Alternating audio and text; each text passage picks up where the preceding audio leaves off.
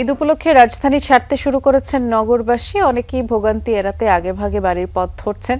রাজধানীর সদরঘাট এলাকার খোঁজ খবর রাখছেন সহকর্মী শাকিল হাসান। তিনি অপেক্ষা করছেন আমাদের জন্য। শাকিল, সদরঘাটে সাধারণত যেই দক্ষিণবঙ্গগামী যেই লঞ্চগুলো আছে সেগুলো তো আসলে সন্ধ্যার পরেই ছেড়ে যায়, যদিও আমরা সবসময় ভিড় দেখি ঈদের একদিন বা 2 দিন আগে থেকে।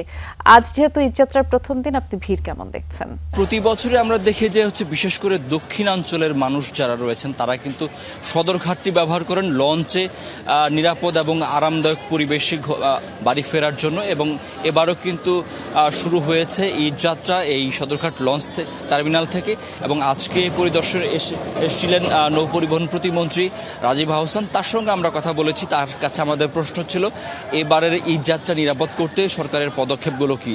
তিনি আমাদেরকে জানিয়েছেন যে এবার সর্বোচ্চ নিরাপত্তা নিশ্চিত করার জন্য সব ধরনের পদক্ষেপ সরকারের পক্ষ থেকে গ্রহণ করা হয়েছে। তার মধ্যে রয়েছে নৌকায় করে লঞ্চে ওঠার যে প্রবণতা থাকে প্রতি বছর, সেটি বন্ধ এবার তারা কড়াকড়ি আরোপ করেছেন যে নৌকায় করে কেউ মাছ নদীতে বা এই পল্টন ব্যতীত কোনো যাত্রী উঠতে পারবেন না।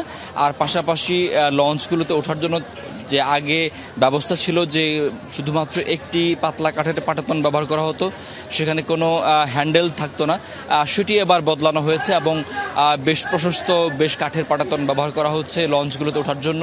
আর পাশাপাশি এই নদী পারাপারের জন্য যে ব্যবস্থাটি থাকে, যে নৌকায় করে নদী পারাপার হয়, সেটি এবার পুরোপুরি বন্ধ করে দেওয়া হয়েছে। অর্থাৎ এই সদরঘাট টার্মিনালের এই মাঝখান দিয়ে যে নদী পারাপারের বিষয়টি, সেটি বন্ধ করে দেওয়া হয়েছে। পাশাপাশি লঞ্চের ফিটনেস টেস্ট করা হয়েছে বলে তিনি আমাদেরকে জানিয়েছেন। বিস্তারিত জানাচ্ছিলেন। ধন্যবাদ শাকিল।